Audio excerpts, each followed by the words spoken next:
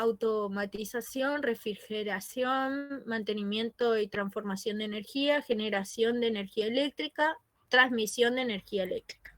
Esos son los campos de aplicación de ingeniería electromecánica.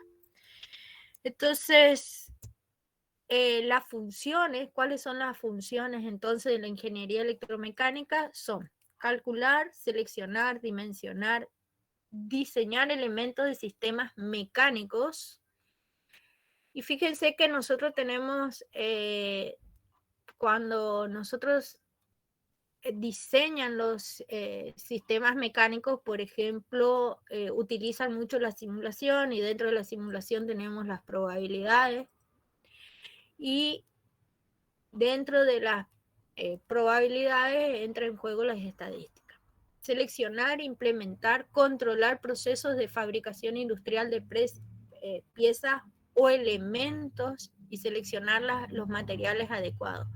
Y fíjense cuando nosotros hablamos de control de procesos, dentro del control de procesos de fabricación, nosotros tenemos el control de calidad y dentro del control de calidad están las estadísticas. Fíjense que cuando nosotros hacemos un control de calidad de los procesos de fabricación, utilizamos muchas de las medidas, por ejemplo, el rango, las medidas de tendencia central, de dispersión, el tiempo, dentro del control de proceso de fabricación juega mucho el tiempo en que transcurre ese proceso de fabricación. Por ejemplo, en el proceso de fabricación industrial, y corríjame por favor, por ejemplo, el ensamble de las piezas, los materiales si son los adecuados dentro de la fabricación, y ahí también entra en juego mucho las estadísticas, porque podemos ir tomando datos sobre la utilización de los distintos materiales. Organizar, administrar, planear y controlar las actividades de mantenimiento en las plantas industriales, y dentro de ese controlador también están insertas las estadísticas. Evaluar, operar, mantener instalaciones, máquinas y equipos térmicos e hidráulicos. Calcular, seleccionar, montar, operar, controlar, evaluar y mantener las máquinas eléctricas utilizadas en las instalaciones industriales. Y fíjense que dentro del control de calidad, cuando no hay un mantenimiento adecuado de las máquinas, siempre hay alguna falla y se ve afectada la calidad de producción, por ejemplo. Planear, calcular, diseñar, construir, operar, evaluar y mantener instalaciones eléctricas de alta, media y baja tensión, de acuerdo con la reglamentación vigente. Seleccionar, calcular, diseñar, evaluar, operar, mantener sistemas básicos de medición y de control de procesos industriales. Y fíjense que nosotros esto, yo lo puse, es la primera vez que lo pongo así porque por ahí no se hace ni idea dónde entra en juego las estadísticas, y fíjense que en todas las funciones de la ingeniería electromecánica sí o sí está presente las estadísticas. Entonces, ustedes tienen dentro del tema número 1 los métodos estadísticos, y tienen en la investigación científica más que nada, pero yo no lo pondría solo en la investigación científica porque tiene un campo mucho más amplio, no se encasilla solo en la investigación científica, sino que por ahí algunas cosas lo hacen por intuición, digamos, pero le tienen que dar un tinte científico para la toma de decisiones, por ejemplo. Entonces, ¿cuál es la finalidad de la ingeniería?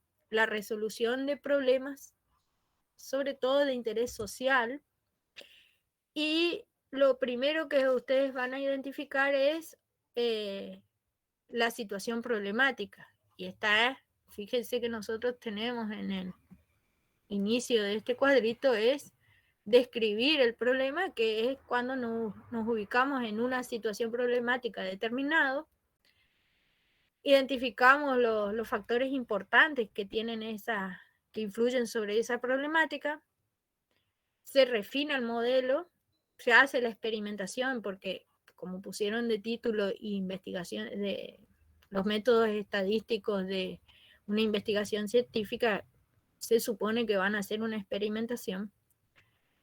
Una vez que se hace la experimentación, se manipula el modelo, que es cuando generalmente la manipulación del modelo es cuando hacemos una simulación y vemos si funciona o no.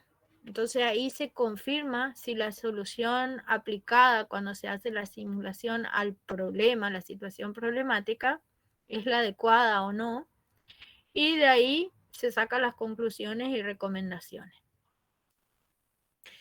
Eso, obviamente que dentro de todo esto tenemos las estadísticas. Entonces, el campo de la estadística, fíjense que comprende de qué se trata las estadísticas, de los métodos científicos o de los métodos adecuados para recopilar, ordenar, presentar y resumir datos para posteriormente efectuar el análisis, extraer conclusiones y tomar sobre esa base decisiones.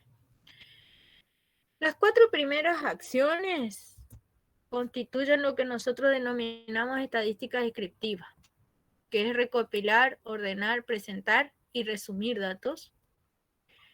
Y hasta ahí va a ser el primer parcial, ¿sí?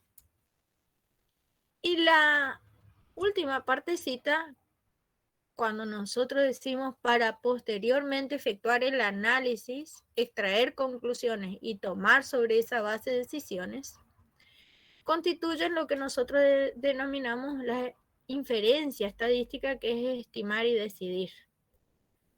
Pero dentro de la inferencia estadística están las 3T que yo llamo, que es la teoría de las muestras, teoría de la estimación y teoría de la decisión.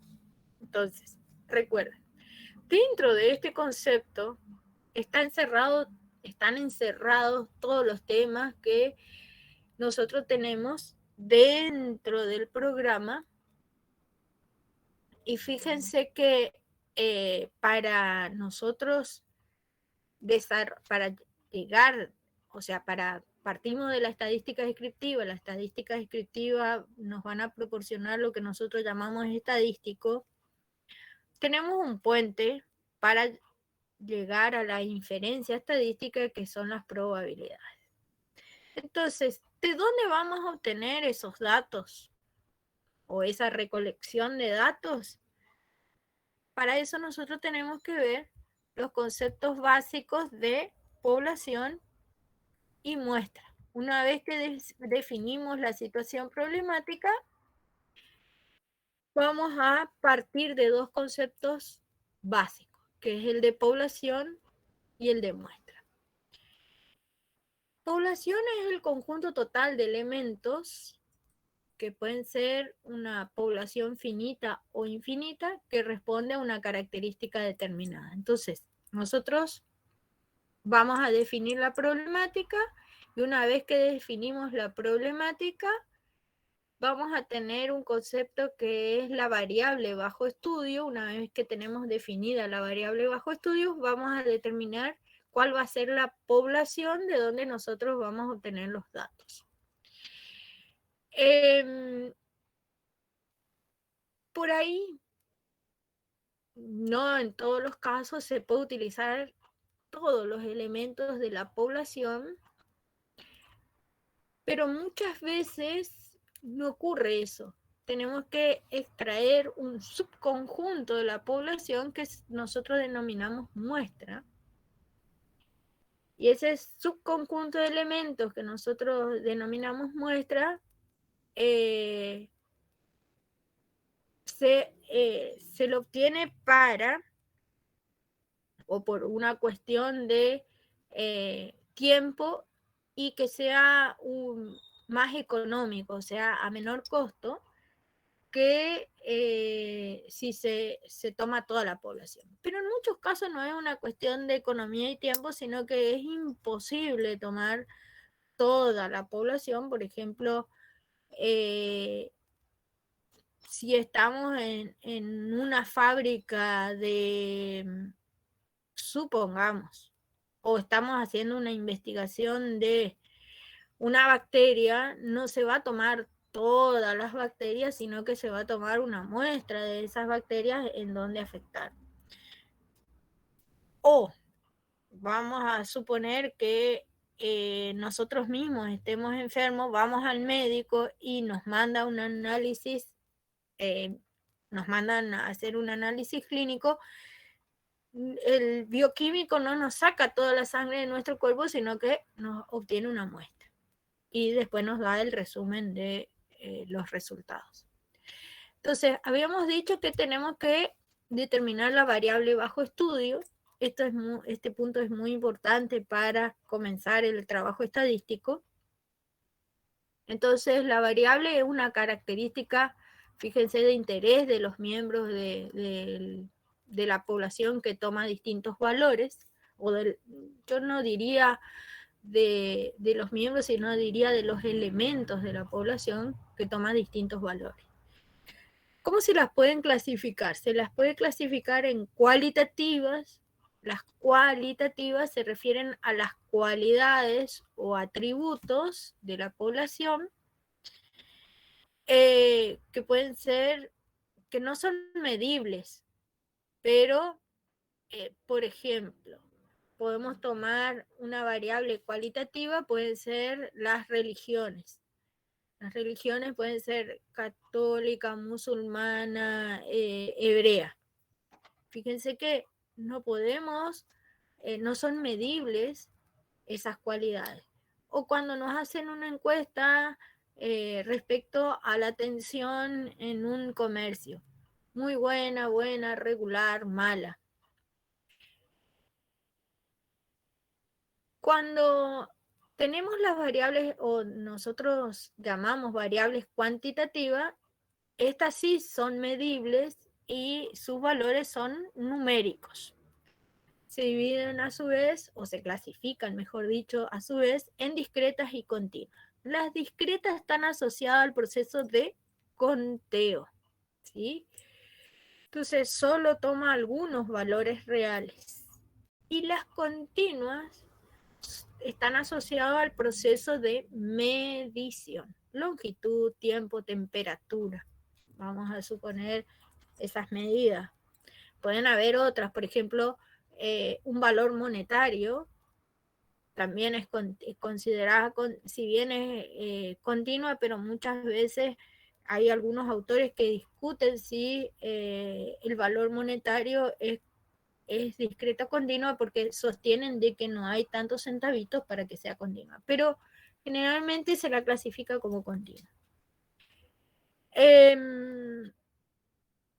Pero hay otra aclaración, hay variables continuas que muchas veces se la trabajan como variables discretas. Por ejemplo, las edades de las personas. Si yo digo, Martínez tiene 24 años y me va, no, o les pregunto la edad a Martínez, me va a decir, profe, yo tengo 20, 21 años, no sé cuántos años tiene, pero no me va a decir 21 y tantos meses, tantos días, tantas horas, tantos segundos. Me va a decir la edad, o sea, 21 o 20 años. Y en las estadísticas, por ejemplo, hospitalarias, cuando tomamos, vamos a suponer, las estadísticas de los bebés que entran en una sala, dicen de 0 meses a 2 meses, de 2 meses a 4 meses. Toman las edades como variables o trabajan las edades como una variable discreta, si bien es continua. Entonces, tenemos esta clasificación que está un poquito más amplia. Dijimos que las variables se dividen en cualitativas o cuantitativas y las escalas de medición para las variables cualitativas son las nominales, cuando tenemos una nómina nomás, por ejemplo, los nombres de las personas en una lista, y tenemos otra escala de medición que es la ordinal. La ordinal es cuando tenemos una jerarquización, un orden, por ejemplo, muy bueno, como dijimos, bueno, regular, malo, cuando no. O, por ejemplo, puede ser también una jerarquización cuando les damos un orden, tenemos director, subdirector, o sea, esas son ordinales. Dentro de las cuantitativas tenemos la escala de medición de intervalo y de razón, ¿sí? Pero eso lo tenemos acá. Cuando tenemos la escala de intervalos, fíjense, la única diferencia es el significado o cómo se refiere el cero. Cuando nosotros hablamos de escala de medición de intervalo, establecen un orden determinado por un intervalo numérico y el cero no significa la ausencia de valor.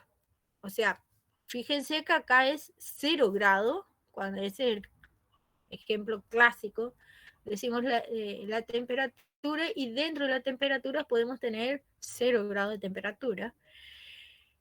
Y por abajo y por arriba de ese 0 grado tenemos valores, ¿sí? Entonces, cuando son de intervalos, el 0 no significa la ausencia de valor.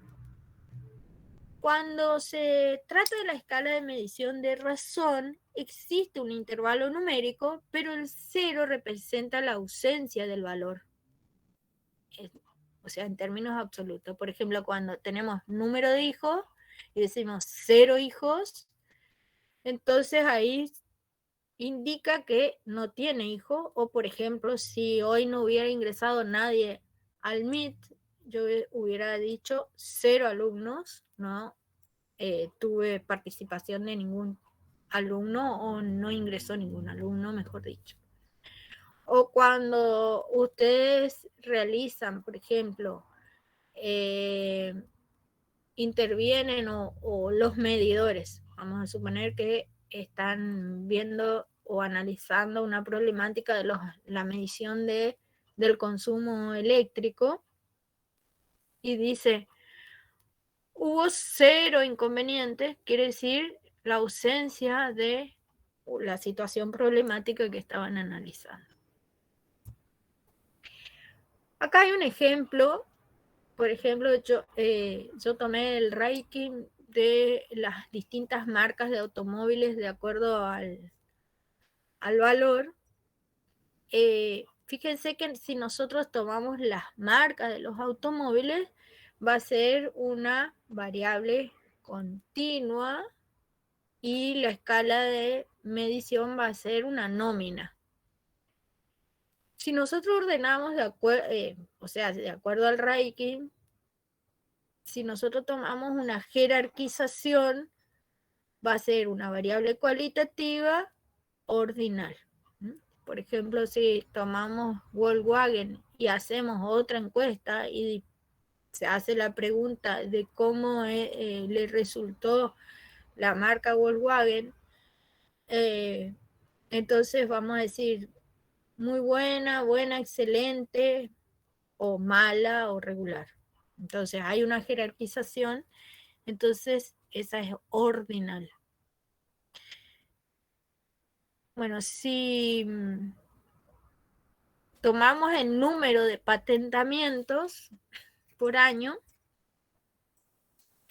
esa es una variable cuantitativa discreta.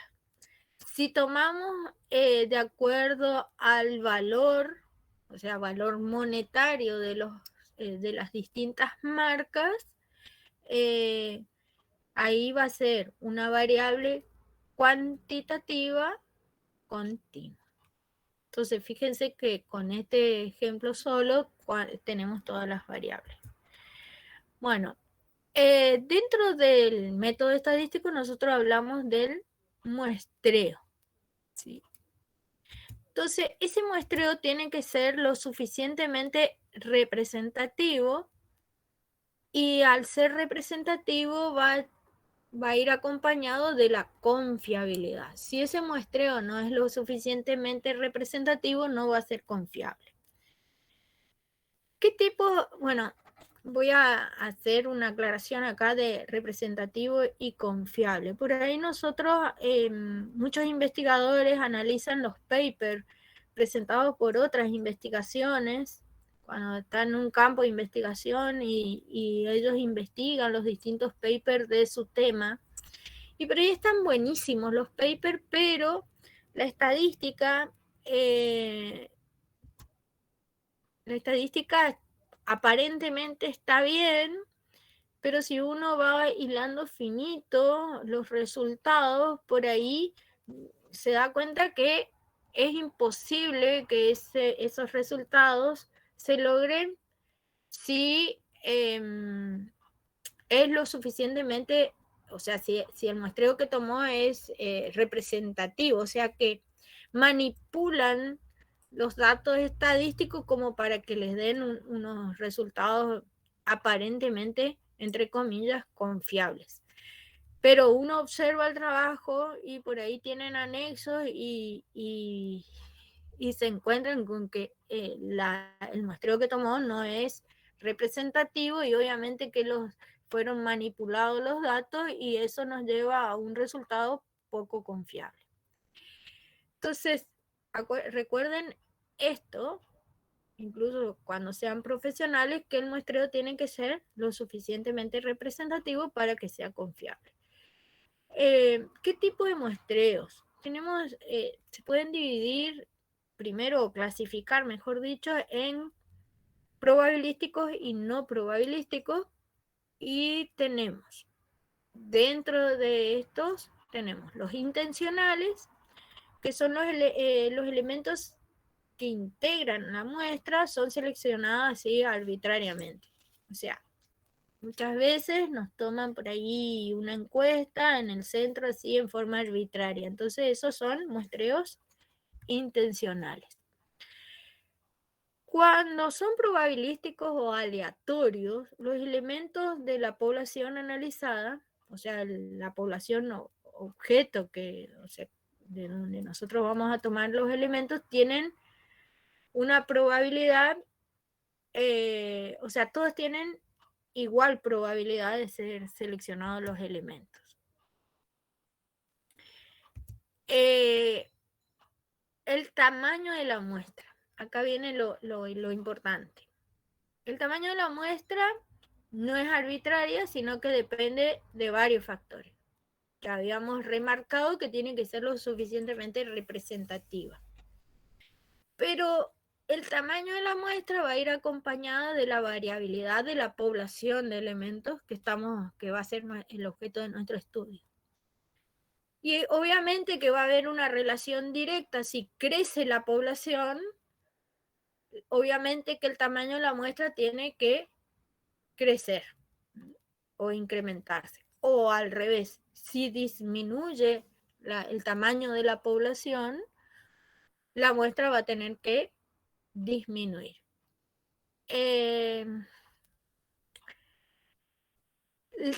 O sea, la variabilidad va de la mano del tamaño de la población, porque va a ir variando. O sea, la variabilidad no es proporcional. O sea, si la variabilidad de la población crece el doble, no quiere decir que el tamaño de la muestra también crezca el doble. Obviamente que eso va de la mano del tamaño de la población, que también influye en forma directa en el tamaño de la muestra. Y el margen de error o tolerancia, que eso después lo volvemos a retomar,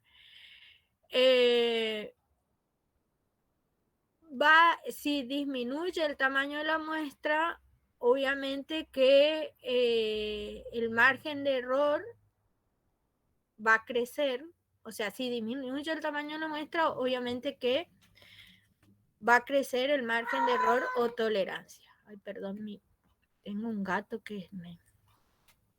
Entonces, siempre va a haber una relación inversa con el margen de error o tolerancia. Este tema obviamente que lo volvemos a retomar y tomen nota cuando vemos en teoría de las muestras en el tema de inferencia estadística.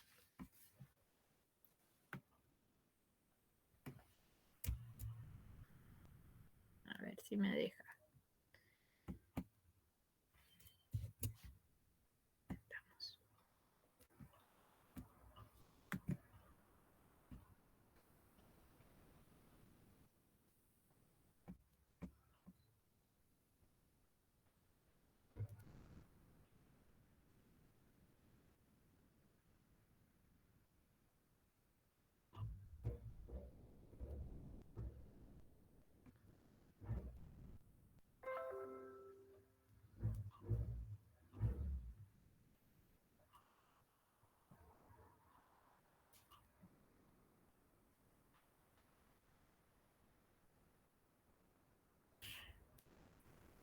Sigamos.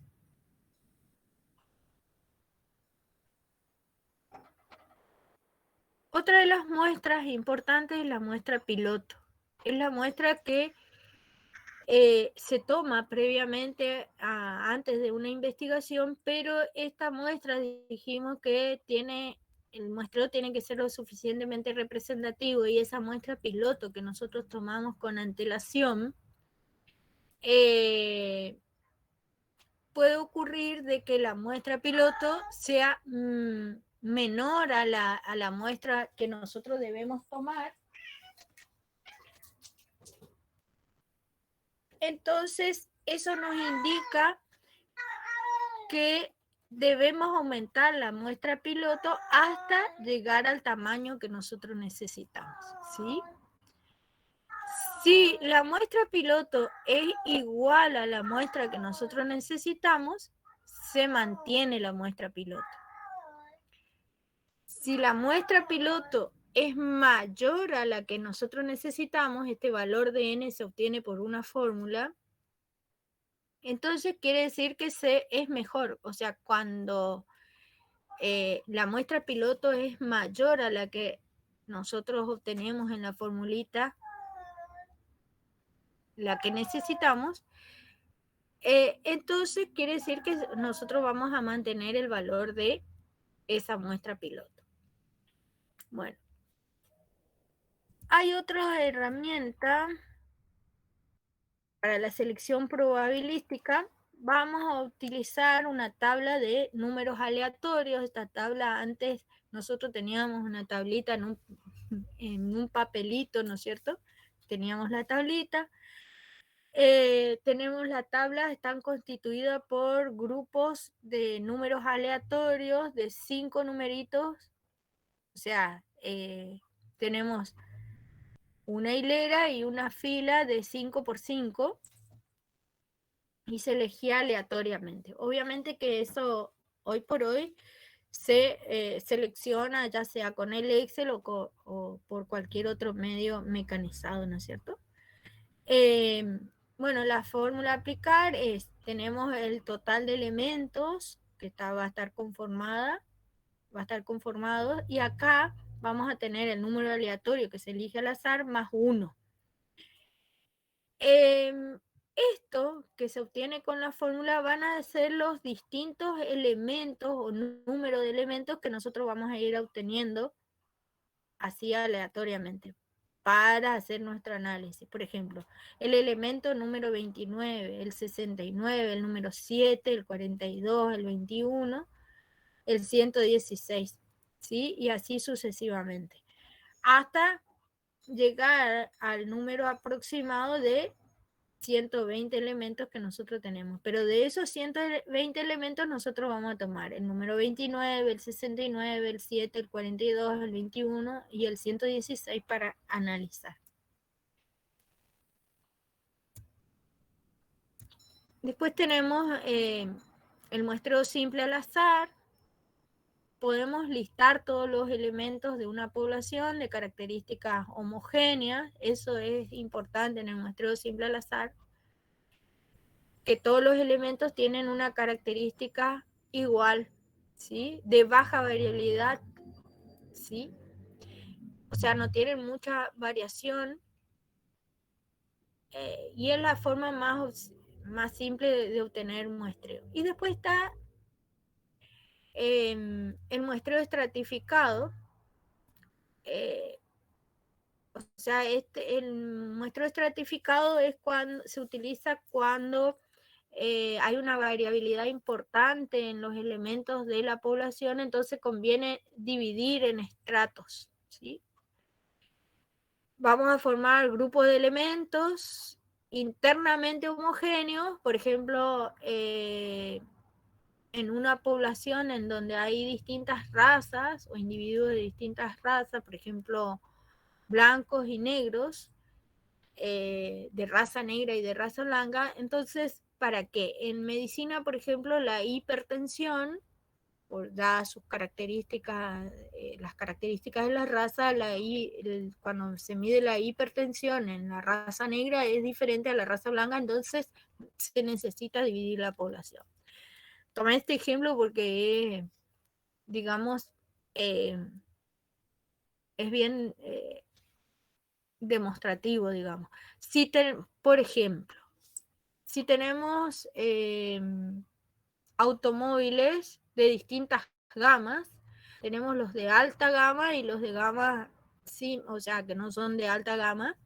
Entonces, las características que tienen uno y otro son bien diferentes. Entonces, ahí formamos distintos estratos. O, por ejemplo, cuando tenemos vehículos livianos y vehículos pesados, no es lo mismo las características de un camión Scania que con una camioneta. ¿Está? Entonces, se van a ir formando estratos para, dentro de esos estratos, los elementos son homogéneos, pero por fuera, o sea, en forma externa, son heterogéneos. Son diferentes. Bueno, después tenemos el muestreo sistemático. El muestreo sistemático guarda un sistema, digamos, si bien es como, tiene las características de un muestreo simple al azar, este tiene, como su nombre lo indica, un sistema. Por ejemplo, cuando nosotros hacemos el estudio de los medidores, del consumo energético de los medidores, o hay alguna situación dentro de una zona, digamos, de la ciudad, vamos a tomar cada cuadra 2 domicilios, ¿sí? Pero puede ocurrir que en una cuadra no tengamos, se encuentre en una plaza o tenemos zonas de baldío, entonces se rompe el sistema. Esa es la desventaja que tiene nuestro sistemático. Bueno, después tenemos el muestreo cuando, ¿qué tenemos que definir? Tenemos la progresión, nosotros, ¿cómo se va a ir? Tomamos el total de elementos de la población sobre el tamaño de la muestra y vamos a tener un arranque. El arranque es de qué elemento vamos a partir nosotros. Ese arranque nosotros lo vamos a obtener a través de una formulita. A ver, voy a sacar esto. Profe. A ver. Profe. Sí. ¿Sí? Perdón que le interrumpa. No, Hay está una bien, compañera. perfecto. Sí, hay una compañera que quiere entrar a la clase. Voy. Ya estoy con ustedes. Bien. Esta parte nomás es un poco densa, pero ya terminamos. Es necesaria dentro de la introducción, digamos. pero ya terminamos.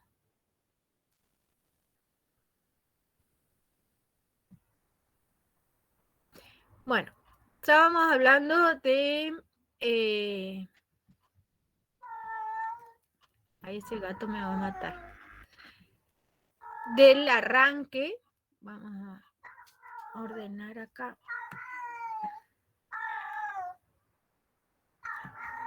Entonces, nosotros vamos a tener una progresión y un arranque. ¿De qué elementos nosotros vamos a partir?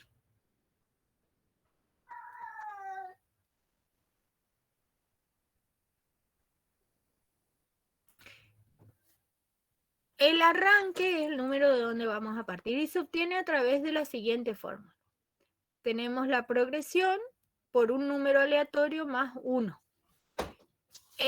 La muestra se va a conformar eligiendo los elementos a partir de ese arranque, por eso se denomina arranque, y vamos a ir adicionando en forma progresiva este elemento que llamamos progresión. Pero, a ver, ya comparto. Es la última partecita ahí, vuelvo de vuelta, claro, saqué.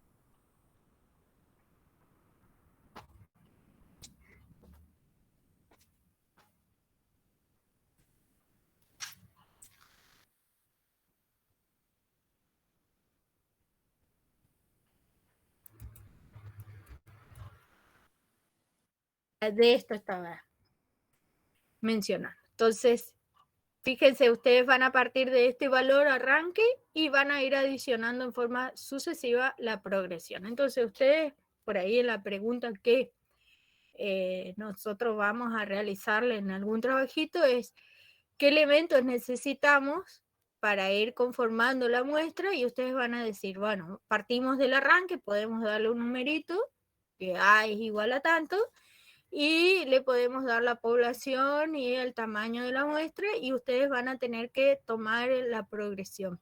Entonces, van a decir, partimos del valor de A igual a tanto, adicionamos en forma sucesiva lo que obtienen de P.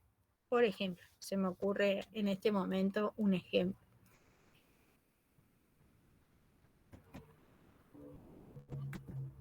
¿Preguntas hasta acá? ¿Alguna preguntita? ¿El PowerPoint va a estar en el campus? Sí, si ustedes precisan, sí, no hay problema. Y tenemos más material para profundizar si queremos. Sí, eso es tal cual, está en el apuntecito del profe. Está todo. Profe, disculpe, ¿y cómo Sí. podríamos hacer los que todavía no solucionamos el tema de que no aparecemos en el aula? Yo ya hice el reclamo con alumnado, pero todavía no tengo, No, no tengo acceso. ¿Será que en el grupo de WhatsApp que quiera hacer usted podría pasar las cosas mientras yo tanto? generalmente paso en el grupo de WhatsApp y en el aula. Más nos manejamos con el grupo de WhatsApp por ahí. ¿Por qué no estás en el aula, Paula? No sé, estoy inscripta en CISACAT, pero todavía no me aparece la materia en el aula y ya rellené el formulario y todo, pero sigo. Hay varias personas que están así con tu situación. Sí, se ve que es bastante general porque sacaron un aviso para que rellenemos los Eh, formularios y todo. Hay un problema con la matriculación. Eso es lo que yo supe por otras docentes. Y reclaman y no hacen caso omiso. La que le voy a preguntar a la profe Cáceres, que ella en vista que no solucionaban el problema de los alumnos, empezó a matricular ella. Es más, el cuatrimestre pasado hicieron caso omiso y ella tuvo que matricular uno a uno a todos. Pero voy a ver yo creo que se puede. Yo el año pasado intenté matricular a uno o dos y matriculé. Voy a ver si me dejan ahora, si me dejan matricular. No puede, creo que en algunos exámenes se puede automatricular, no puede hacer eso. Sería más fácil, ¿o Y no? claro, nosotros en UNE le mandamos un numerito y ellos se automatriculan solitos. No hay este problema, digamos. Y nosotros le asignamos los docentes después. Ezequiel, ¿vos sos hijo del profe? ¿Está Ezequiel? No, no está, parece. Bueno, sigamos. Sí, si quieren profundizar,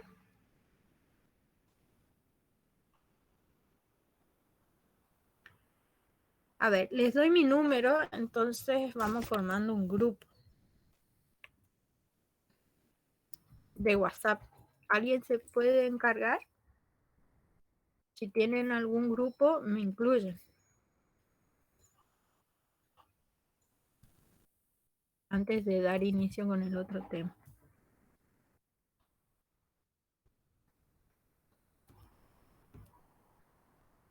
Ese es mi número.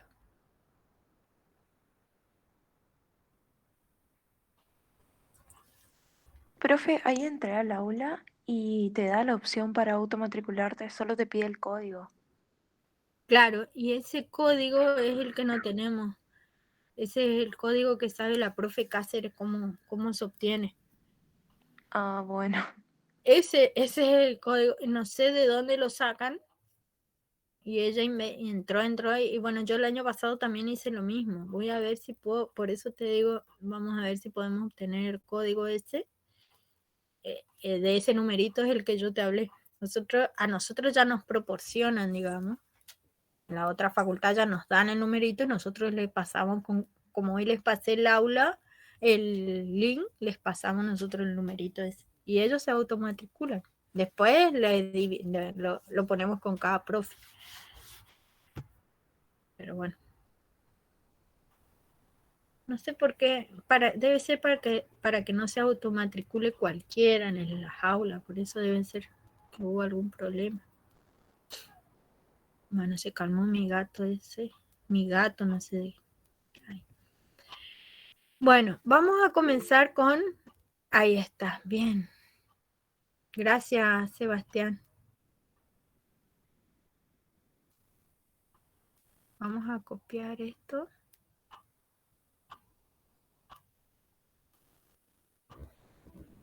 Tienen ahí el link para armar el grupo.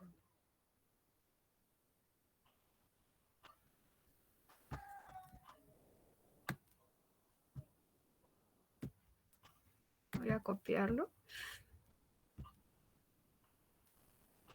Este grupo va a ser solo de teoría, ¿eh?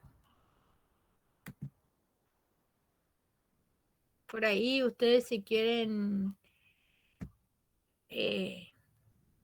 hablar de otras materias, obviamente a mí no me molesta para nada.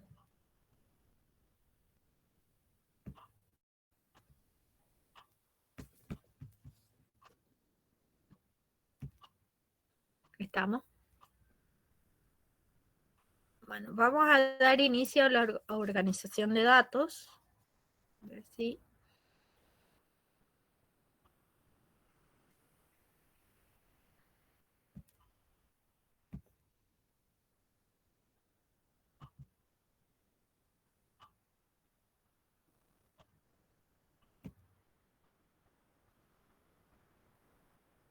Profe, ¿Sí? hoy usted mencionó que hay unos modelos de examen. Yo recién buscando en el campo vi que ahí están. Sí, pero eso lo puso el profe Castro Pero no son así. Ah, bueno, ya avisaba nomás. Sí, llame. Pero no sé, por ahí para practicar está bueno, pero los exámenes cambiaron de formato.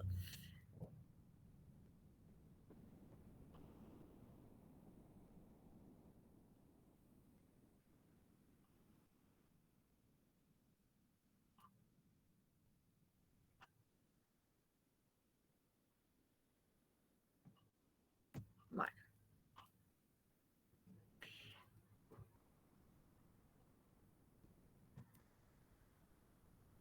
vamos a la organización de datos.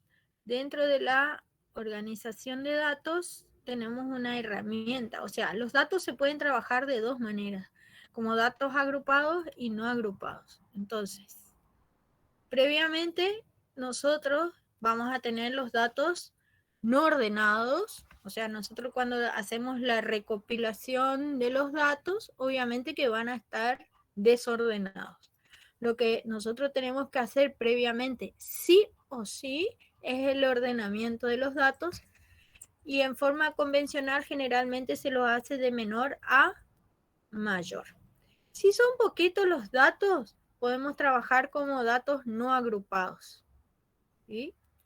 Si son muchos, o sea, generalmente más de 30, se trabaja como datos agrupados, y la herramienta que tenemos para trabajar con datos agrupados se denomina cuadro de distribución de frecuencias. Ese cuadro de distribución de frecuencia está conformado por distintas columnitas. Profe, disculpe, ¿Sí? creo que usted dejó de grabar. Ah, bueno, vamos, tenés razón.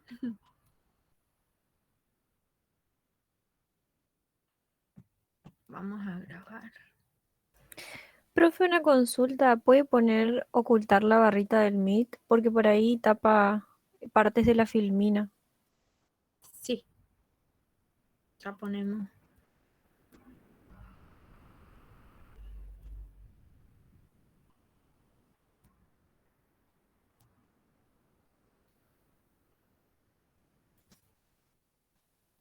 Espero que no aparezca el gato otra vez. Si no va a quedar todo en la grabación.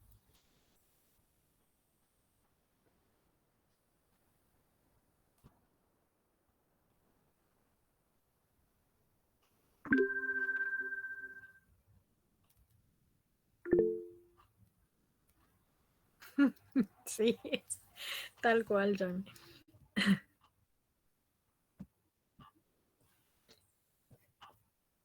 Ahí están viendo el cuadrito. Estoy compartiendo. Sí, se ve bien, profe. Perfecto. Entonces,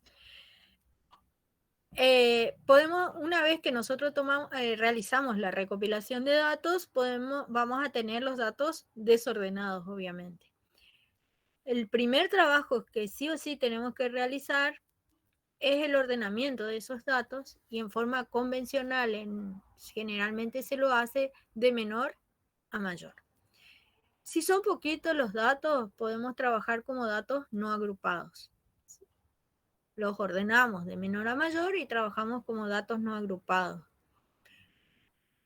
Si son más de 30, trabajamos con datos agrupados, y la herramienta que nos sirve para agrupar los datos se denomina cuadro de distribución de frecuencia. Este cuadro de distribución de frecuencia va a estar conformado por distintas columnitas que ahora lo vamos a ver.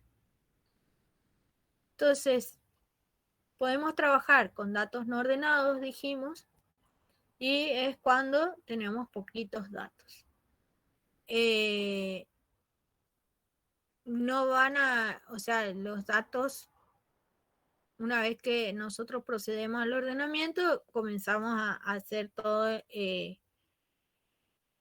a obtener, mejor dicho, todo lo que necesitamos para el análisis de esos datos. El ordenamiento, habíamos dicho que en forma convencional es de menor a mayor. Una de las primeras medidas que nosotros obtenemos es el rango. El rango es la diferencia entre el valor máximo del grupo y el valor mínimo. Es una medida, si bien la ponemos acá, porque conforma una herramienta para armar un cuadro de distribución de frecuencia, es una medida de dispersión. ¿En qué consiste el cuadro de distribución de frecuencia? Es una forma de presentación de los datos que facilita el tratamiento conjunto de los mismos y permite una comprensión diferente de los datos. Este cuadro de distribución, bueno, la desventaja que tiene, nosotros vamos a armar el cuadro de distribución de frecuencia, está conformado por intervalos de clase, lo cual lleva a una desventaja y es que los datos pierden individualidad. Entonces, los distintos elementos por cual está conformado este cuadro de distribución de frecuencia es los intervalos de clase que mencionamos. Esos intervalos de clase van a estar conformados por un límite inferior y un límite superior, y vamos a tener acá obviamente la variable bajo estudio. La cantidad de elementos que tenemos en cada uno de esos intervalos de clase va a conformar lo que nosotros denominamos frecuencia absoluta. O sea que la frecuencia absoluta está representada por la cantidad de observaciones que tenemos en cada uno de los intervalos de clases. Después tenemos los verdaderos límites inferiores. Estos verdaderos límites inferiores va a estar de acuerdo, o van a ser de acuerdo a la variable que tengamos, si es una continua o es una discreta. Luego tenemos los puntos medios o marcas de clases. Las marcas de clases se obtienen a través de los verdaderos límites inferiores. Después tenemos las frecuencias absolutas o acumuladas crecientes, las frecuencias acumuladas decrecientes, las relativas simples y las relativas acumuladas. Vamos a ver cómo armamos este cuadro. Estoy queriendo... Este PDF lo tengo gracias a que compartí las presentaciones con los alumnos, porque lo otro perdí todo porque se me rompió la máquina y se me dañó el sistema operativo y perdí todo.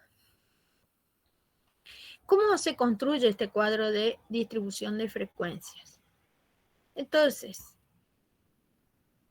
va a estar conformado por los intervalos de clase, y el intervalo de clase es una variación de los datos entre dos valores. Generalmente el número de intervalos se obtiene a través de la fórmula de Sturges, que es 1 más 3,3 por el logaritmo en base de 10 de n, o la fórmula de Risch, que es 2 por la raíz cúbica de n, y los dos me dan la cantidad estimada de intervalos por el cual va a estar constituido este cuadro de distribución de frecuencia. Bueno, tenemos la frecuencia absoluta, que ya dijimos que representa la cantidad de observaciones en cada uno de los intervalos, y esos intervalos están conformados por un límite inferior y un límite superior, y el verdadero límite. Y acá pongan especial atención. Si dijimos que el verdadero límite inferior va a depender de qué tipo de variable tenemos bajo estudio. Si es una variable continua, el verdadero límite inferior va a coincidir con los valores del límite inferior del intervalo. No hay formulita, no utilizamos la formulita. Si la variable es discreta, utilizamos esta formulita. Fíjense que va a ser la semisuma del límite superior I, que es del primer intervalo, más el límite inferior del intervalo siguiente dividido 2. Y ahí obtenemos el segundo. Vamos a obtener el verdadero límite inferior del segundo intervalo. ¿Cómo obtenemos los que necesitamos, o sea, los que siguen? Vamos a sumar lo que nosotros denominamos amplitud del intervalo de clase. Sumamos y vamos a obtener los verdaderos límites que nos faltan. Y el primero lo vamos a obtener restando la amplitud. Esa amplitud o intervalo de clase, ¿cómo la obtenemos? A través de la relación entre el rango y el número de intervalos. Una vez que obtenemos los verdaderos límites inferiores, vamos a partir de ahí para obtener la marca de clase o punto medio de marca de clase que se denomina X sub I. Lo obtenemos a través de la semisuma de los verdaderos límites inferiores. Entonces, es el verdadero límite inferior del primer intervalo más el verdadero límite inferior siguiente dividido 2. Entonces, a partir de ahí, esto es sumamente importante porque a partir de acá, porque eso va a depender de los verdaderos límites, va a depender los valores de las marcas de clase o puntos medios, y el valor de los puntos medios es sumamente importante porque a partir de ahí se obtienen las medidas de tendencia central, que es la media, la primer medida o el promedio por excelencia es la media aritmética, y de la media aritmética depende la varianza y el desvío y el coeficiente de variación. Entonces, fíjense lo importante que es la obtención de estos elementos dentro del cuadro. Bueno, la frecuencia acumulada creciente o menor que se obtiene a través de la suma sucesiva de los valores de la frecuencia absoluta. Y la frecuencia relativa, que son las H sub I, se simbolizan, que son las frecuencias porcentuales, se obtiene a través de la relación entre la frecuencia, entre cada uno de los valores de la frecuencia absoluta dividido el total de elementos por 100. Estas formulitas, estas dos que tenemos acá, les va a resultar sumamente útil. Fíjense que la frecuencia relativa acumulada se obtiene a través de la suma sucesiva de los valores de las H sub I chiquititas, de las frecuencias relativas simples. Si son las crecientes, sumamos. Si son las decrecientes, ponemos el 100% y le vamos restando los valores de las H sub I, de las relativas simples, le vamos restando. O bien, usamos esta formulita. Las H sub I menores que o frecuencias relativas acumuladas crecientes se obtiene a través de la relación entre las frecuencias acumuladas crecientes absolutas dividido n por 100. Y las frecuencias relativas acumuladas decrecientes, fíjense, son las mayores que, se obtiene a través de la relación entre las frecuencias acumuladas decrecientes o mayores que dividido n por 100. Obviamente que hasta ahí tenemos una mera presentación y resumen de los datos dentro del cuadro de distribución de frecuencia. Pero para acompañar ese cuadro tenemos dos gráficos para que se complete la presentación. Tenemos el histograma, que es el gráfico en barras, y esas barritas se van a realizar con bases, o sea, son rectángulos que tienen como base los verdaderos límites inferiores y como altura las frecuencias absolutas, o bien relativas también. Y el polígono de frecuencia se obtiene a través de, trazamos los puntos medios de cada una de estas barritas, unimos en forma sucesiva y obtenemos la superficie poligonal y nos proporciona la unión esa de los puntos medios, el polígono de frecuencia. Obviamente que esa unión se realiza en forma recta. Si hacemos el suavizamiento del polígono, ya podemos observar el comportamiento de los datos. Aparte de esos dos gráficos, tenemos las ojivas. Las ojivas son los gráficos de las frecuencias acumuladas y se construyen de la misma forma del histograma, pero, o sea, tenemos rectángulo y unimos en las partes extremas. Esta es la ojiva menor que. Y si nosotros tenemos al revés, partimos del 100%, vamos a tener las mayores que. Acá podemos obtener a través de los rectángulos o bien podemos obtener las ojivas o el gráfico de ojivas se puede realizar a través de los puntos, ¿sí? ¿Cómo se grafican? Tenemos los verdaderos límites inferiores en el eje de las X y tenemos el valor de las frecuencias relativas acumuladas o las frecuencias acumuladas absolutas. Siempre se usan las frecuencias acumuladas. Vamos a hacer un ejemplito. Profe, disculpe. ¿Sí? ¿Ese PDF lo puede pasar en el grupo después? Sí, sí. Ok, Ahí lo paso. gracias.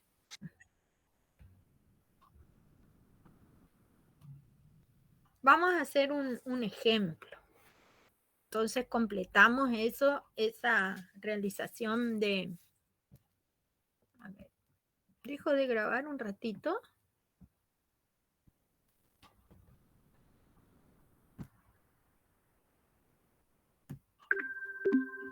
Para que quede más limpia la clase. Me faltó algunas cosas. Lo que yo quiero completar es los conceptos y eso vamos a ir puliendo ahora. Vamos a hacer un ejemplo. Yo voy a trabajar con un Excel.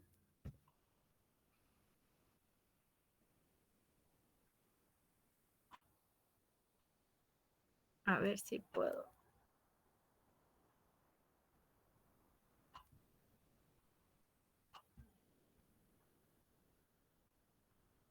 Tengo un anexo. Profe, en los parciales es todo escrito, ¿no? No se puede usar Excel. Y por ahí está bueno usar un Excel para, ¿cómo es?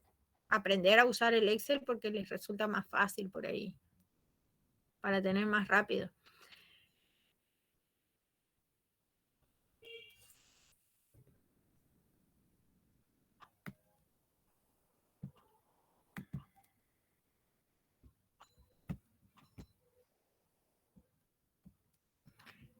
Yo voy a trabajar en Excel porque me resulta más fácil acá, digamos, para el aula esta.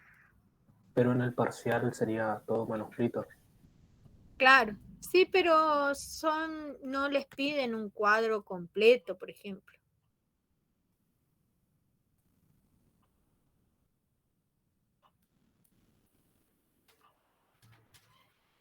Yo voy a poner un ejercicio por ahí que no es propio de su carrera, pero más que nada para que sepan el mecanismo.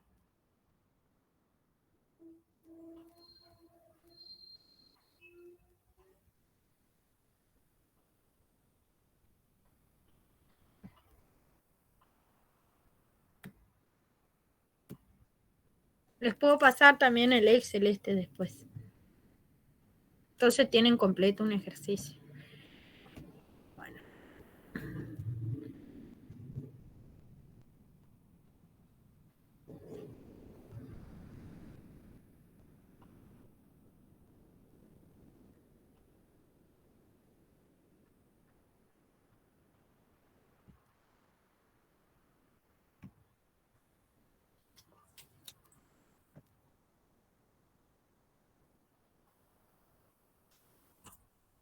Ahí están compartiendo. Lo que no estoy es grabando. Voy a grabar, entonces les queda la grabación. Ocultamos esto que molesta. Grabamos.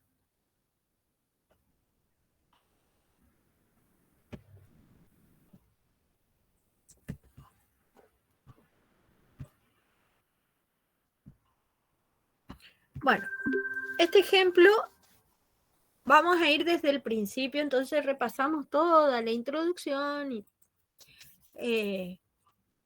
dice así: una cadena de supermercados analiza el número de ventas anuales de artículos de primera necesidad y la finalidad es mejorar la calidad del servicio al cliente. Se analiza 50 supermercados y los datos corresponden al año 2018. Fíjense que acá la problemática es lo que se investiga, o la problemática es el número de ventas anuales. Ustedes pueden investigar cualquier tipo de problemática, ¿eh? Entonces, lo primero es la problemática. Entonces, una vez que tenemos la problemática, vamos a determinar la población de donde vamos a obtener esos datos. Y vamos a suponer, la población van a ser todos los supermercados de Argentina. Si bien no se pueden tomar, vamos a suponer que existen más de 50 supermercados, entonces vamos a obtener una muestra de supermercados. Vamos a suponer que la muestra especifica qué supermercados vamos a obtener. Supermercados pueden ser argentinos o que sean extranjeros. Entonces, vamos a suponer que se obtuvo una muestra, se determinó la problemática, se tomó una muestra de 50 supermercados y fíjense que es importante determinar lo que faltó acá en esta consigna es el lugar, el espacio geográfico de donde se obtienen ese muestreo. Y otra cosa importante es el tiempo, ubicarlo en tiempo. ¿Por qué? Porque los datos que tomamos en el 2018 no van a ser los mismos que se obtuvieron en el 2005. Entonces, es importante ubicar la problemática en tiempo y lugar. ¿Está? Cosa que por ahí nunca mencionan, ni en los libros, ni por ahí cuando se les habla de algún ejemplo, no se menciona eso que es tan importante, la temporalidad y el espacio. Entonces, tenemos ya la problemática, tenemos los datos que nosotros tomamos acá están desordenados, ¿sí? En este caso, yo los ordené, que dicen es importante el ordenamiento.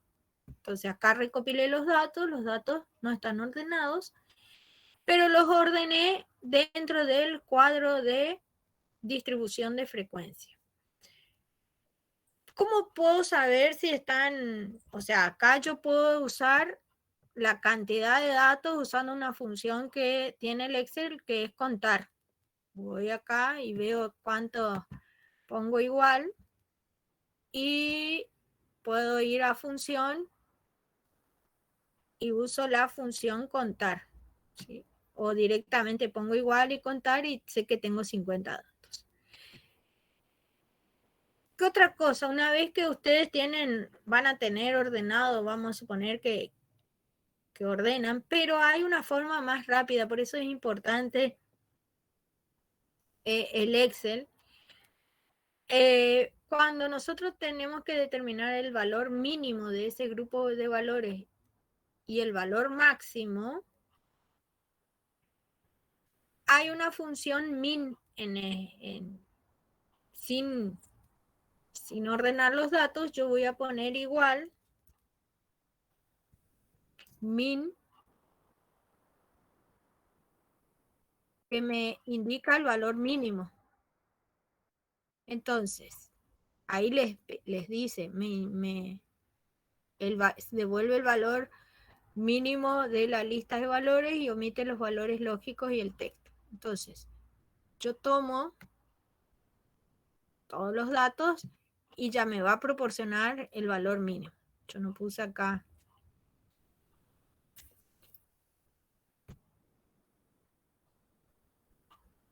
Voy a poner nomás para enseñarle, por ahí les resulta.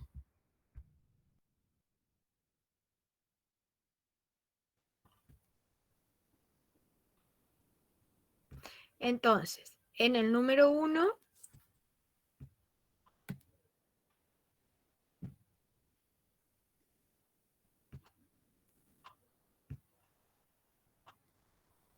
no sé por qué me aparece.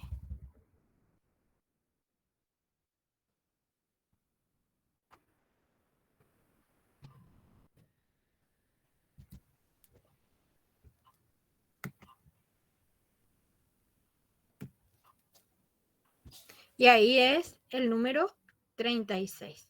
Entonces, aceptar y me proporciona el valor mínimo de este grupo de valores igual a 36. Si es el máximo, igual. Ponemos igual, máximo, o sea, voy a funciones y tomo en lugar del mínimo el máximo. Ustedes si quieren pueden anotar directamente el máximo.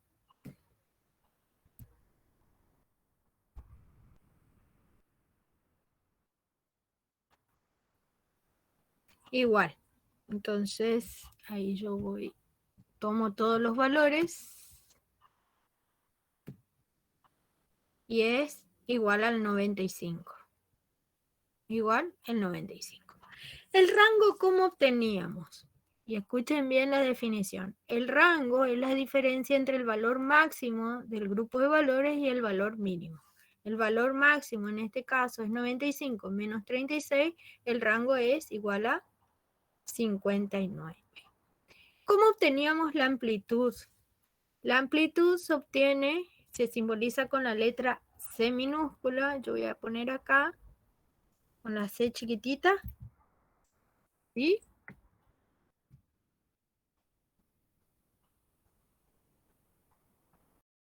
Y se obtiene a través de la relación, y yo voy a poner igual. Epa. Voy a poner C igual al rango, a la relación entre el rango y el número de intervalos. El número de intervalos, pregunto, ¿a través de qué fórmula obteníamos? Acá lo está, ya dice la fórmula. ¿Cómo se denominaba la fórmula? Dos habían. La de Sturger y Richie. Exacto, perfecto. Entonces, Sturges, recuerden, es 1 más 3,3 por el logaritmo en base de 10 de n. N, chiquitita, es la cantidad de observaciones que tenemos. Aplicamos la fórmula. Ustedes tienen que saber las fórmulas que se aplican nada más. Generalmente no dan un cuadro así para armar, pero yo para que ustedes vayan apropiándose de los conceptos más que nada. Entonces, fíjense que en estadística siempre se toma como norma redondear para arriba. Si acá me hubiera dado 5,3, ya hubiera puesto 6 intervalos, ¿sí? Entonces, una vez que yo realicé la fórmula, me indica que voy a tomar 6, o sea, va a estar conformado mi cuadro por 6 intervalos. Entonces, fíjense, 1, 2, 3, 4, 5, 6 intervalos, ¿sí? En este caso, yo tomé como norma tomar el valor menor del grupo, que en este caso es 36, ¿sí? El valor mínimo del grupo es 36. Y para conformar los límites inferiores, directamente le sumé la amplitud ¿qué hice? Le sumé 6. Entonces dice 36, perdón, le sumé la amplitud que es 10. Nadie me corrigió, ¿eh? Entonces, la amplitud es 10. Voy a poner un color. Esa es mi amplitud. Entonces, tomo el valor mínimo del grupo y le sumo la amplitud que es, en este caso es 10. ¿Cómo obtuve la amplitud? A través de la relación entre el rango y el número de intervalos. 59 dividido 6 me da 9,83333, que redondeando la amplitud es igual a 10. Entonces, pongo el valor mínimo y le sumo la amplitud, que es 10. 36 más 10, 46, más 10, 56, más 10, 66, más 10, 76, más 10, 86. Después, ¿qué hice? Estos que están acá son los límites superiores del intervalo. Entonces tomo un valor menor al inmediato posterior, que es, acá es 46, tomo 45 y después le sumo la amplitud nada más, le sumo 10. Me faltó algo importante, clasificar la variable, porque fíjense que tengo los límites inferiores y los límites superiores. ¿Qué tipo, cómo la puedo clasificar a esta variable bajo estudio, que son número de ventas? Acá no es número de veces, sino que es número de ventas. Esto, Cuantitativa discreta. cuantitativa discreta. Esto está mal acá. Ya voy a explicarle por qué. Me di cuenta ahora. Ya les voy a explicar por qué.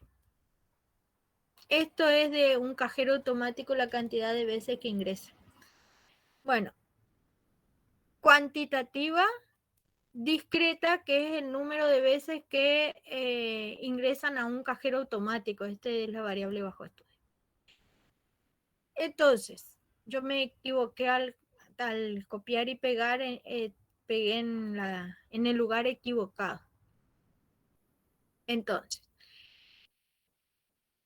una vez que tenemos, es importante definir la variable bajo estudio. ¿Por qué? Porque de eso van a depender los cálculos del verdadero límite inferior y de los puntos medios. Voy a buscar la consigna esta. Tranquila nomás. Esta es de... Tengo muchísimos ejercicios, por eso no es ese.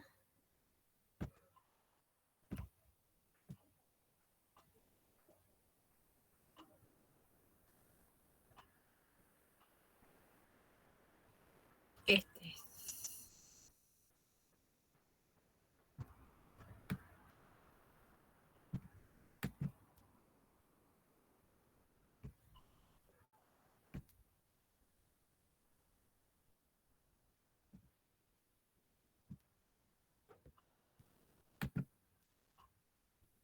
Ahí estamos.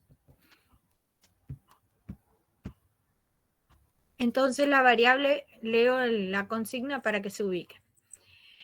El número del, bueno, es un banco ficticio, está estudiando el número de veces que es utilizado por día un cajero automático, ¿sí? Entonces, ese cajero está ubicado en un supermercado y a continuación se indica el número de veces de dicho cajero, que se empleó 27 días. Entonces, la variable bajo estudio son número de veces que ingresan por día en ese cajero automático, y es una variable cuantitativa discreta. Está perfecto. Y me encanta porque esta discreta es la que más les cuesta a ustedes el cálculo de los verdaderos límites inferiores. Sigamos. Una vez que tenemos determinados los límites inferiores y los límites superiores de nuestros intervalos de clase, observamos. ¿Está el primer valor del grupo de valores incorporado en el primer intervalo? Sí. Y en el último intervalo nos dio justito, quedó incorporado el valor máximo de este grupo de valores. Está todo perfecto. Ahora lo que nosotros tenemos que hacer es ver cuántas observaciones tenemos entre 36 y 45. Dentro del Excel hay una función, o sea, sin contar, mirar columnita por columnita, o sea, lo correspondiente sería, si no estamos trabajando con Excel, lo ideal sería ordenar los datos, ponerlos así, también se lo puede poner en columnita y ordenamos de menor a mayor. Yo puedo tomar cada una de estas columnitas, copio y pego y las ordeno, fíjense así. Les voy a mostrar ya que estamos. Por ahí, yo lo obtuve con una función con otra función, digamos. Voy a tomar todas las columnitas, si no le pifeo alguna, por las dudas. Para que practiquen por ahí. Les voy a enseñar las distintas opciones.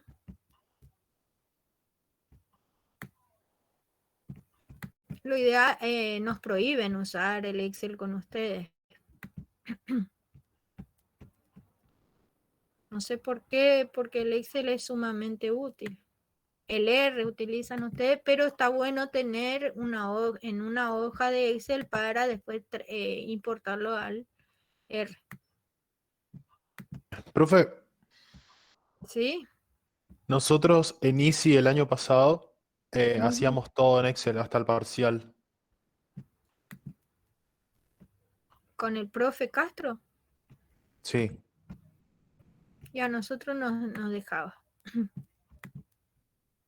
Qué buen dato. Bueno, trabajemos con Excel. Lo único que no hacíamos en Excel era la teoría, obviamente. Claro, sí, la teoría no. Bueno, vamos a trabajar con Excel. Buena información. Y a nosotros no nos dijo nada. Nos corría así. Está bueno eso. Y quedó grabado, ¿eh? Así que no puede discutir. Bueno, ya tenemos ahí. Hacemos un ordenamiento. Ya tenemos copiados los datos. Yo después les voy a pasar. Tengo varios ejercicios en este Excel. Está bueno que practiquen. Y tenemos acá, fíjense, en el embudito, tenemos para ordenar de menor a mayor. ¿Sí? Ordenamos y vemos. Ahí va a resultar más fácil.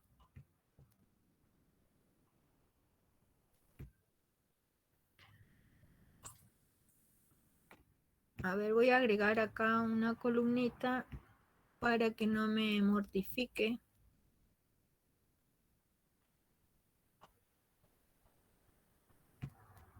Bien.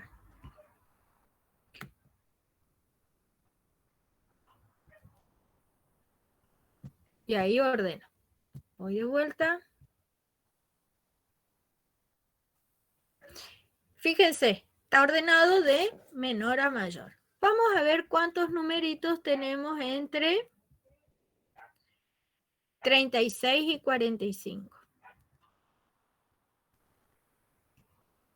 Y tenemos uno solito que es 36. Después entre 46 y 55 y observamos 46, 1, 2, 3, 4 numeritos y tenemos la frecuencia absoluta. O bien, hay una función que es la de frecuencia. Nosotros si tomamos acá, bueno, yo no tengo, se puede realizar con la función de frecuencia, que después yo le voy a pasar un videito que tenemos. O sea, que nos permiten usar el Excel. Bueno, entonces, ¿qué hicimos acá? El primer paso en todo trabajo estadístico es el ordenamiento. Una vez que tenemos el ordenamiento de los datos, tomamos el valor máximo y el valor mínimo, obtenemos el rango y después formamos los intervalos de clase. Una vez que tenemos los intervalos de clase, observamos la cantidad de observaciones que tenemos en cada uno. Fíjense que una vez que tenemos todas las frecuencias absolutas, sumamos y obtenemos, nos tiene que coincidir con el total de elementos que tenemos, que tomamos nosotros en la muestra. En este caso son 27, ¿sí? 27 días. Una vez que tenemos eso, podemos armar los verdaderos límites inferiores y dijimos que la fórmula para obtener los verdaderos límites inferiores era el verdadero límite inferior, el verdadero límite superior del primer intervalo, que es 45, más el verdadero límite inferior del intervalo que sigue, inmediato posterior. Entonces sería 45 más 46 dividido 2. Yo voy a hacer acá, aplicando fórmula. Entonces tomo 45, voy a poner entre paréntesis, más 46 dividido 2.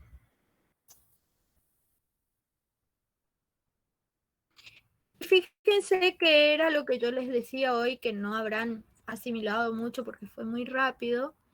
Obtenemos el verdadero límite del segundo intervalo, que es 45,5. ¿Cómo obtenemos lo siguiente? A través de la suma sucesiva de la amplitud, que es 10. Entonces, obtenemos lo siguiente sumando la amplitud. ¿Cómo obtenemos el primero? Le restamos la amplitud y nos da 35,5. Hay una forma más fácil, más rápida.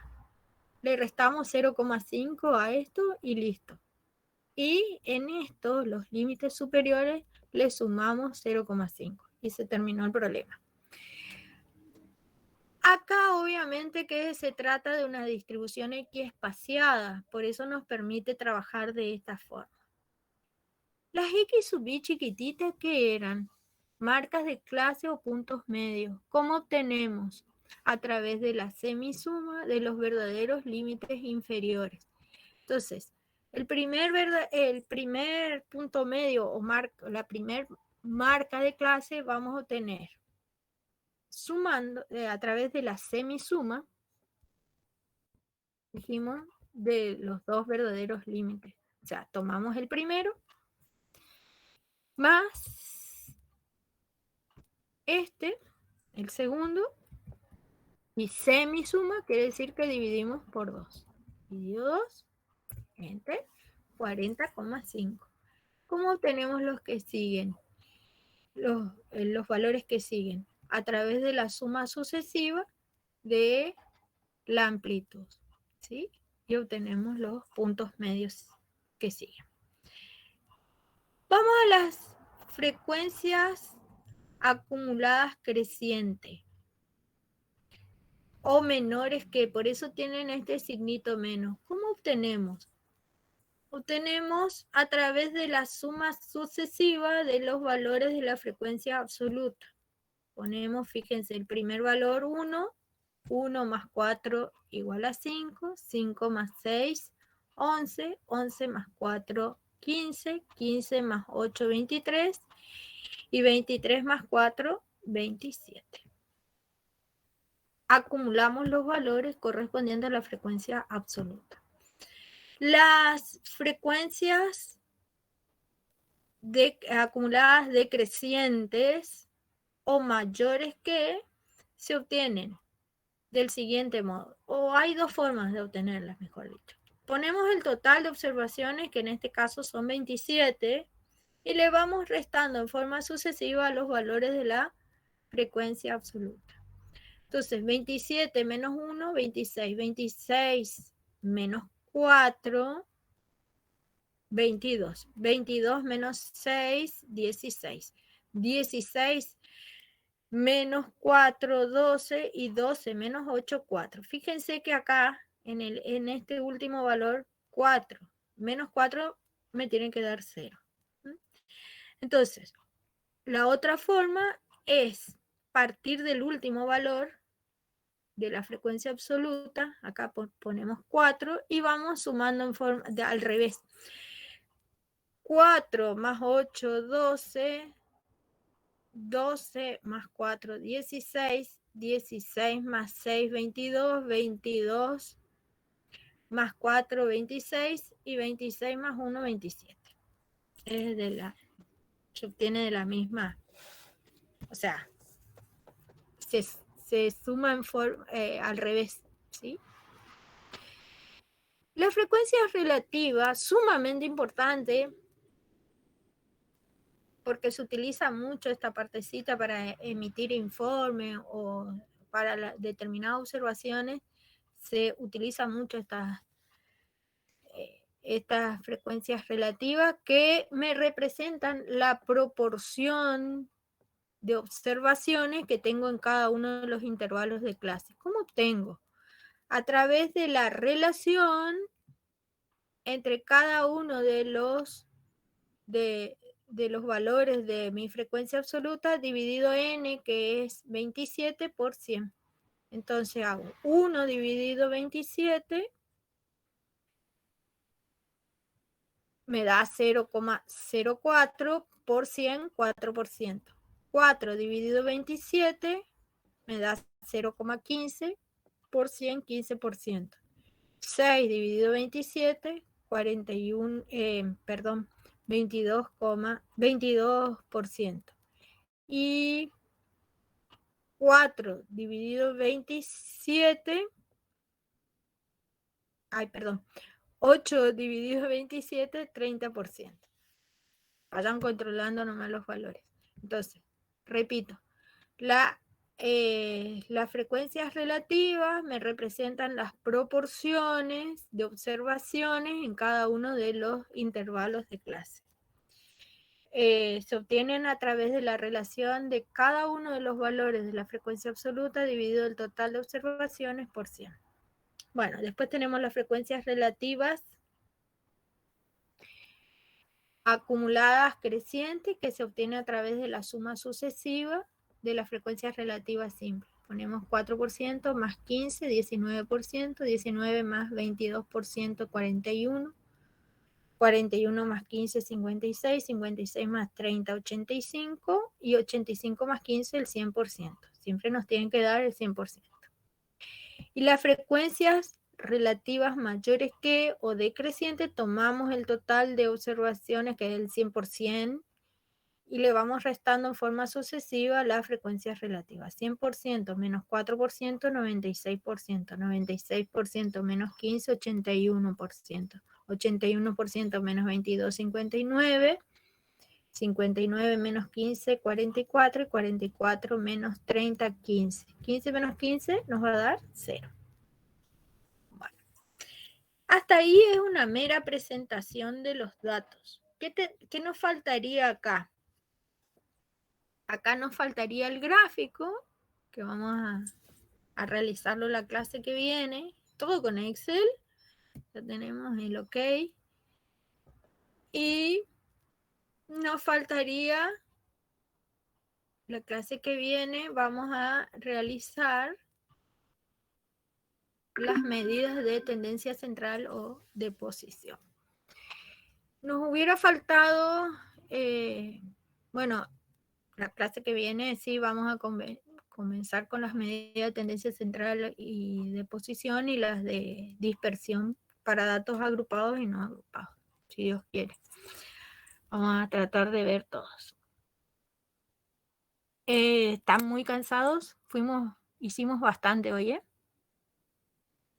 Fue bastante, sí, profesor. Bastante. Mucha Bueno, información. mucha información para... Muy mucho. Bueno, les paso el Excel y les paso todo, como para que vayan armando sus apuntecitos. Pero bueno, era necesario ver todo y ver